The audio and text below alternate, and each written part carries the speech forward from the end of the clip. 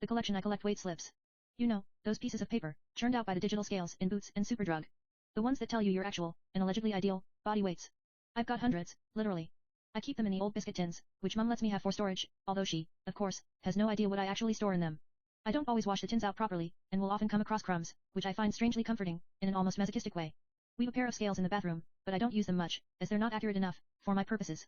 It's the ones in chemists, and the local sports center, that I'm addicted to. I know. Addiction is a strong word, isn't it? But that's what it is.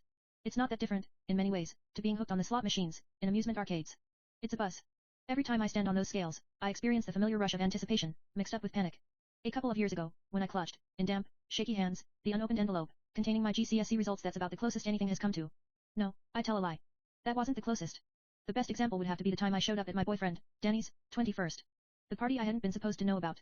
The party at which I caught my boyfriend, examining the state of my elder sister, Sophie's, tonsils. I'm looking for my 7 stone 3. That's my record, to date.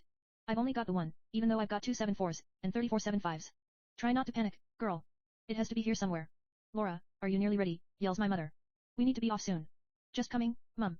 I examine my reflection, in the full-length mirror. Hair and makeup both passable, I assure myself. But do I look fat in this dress, or what? Not sure what I'm dreading most about this wedding.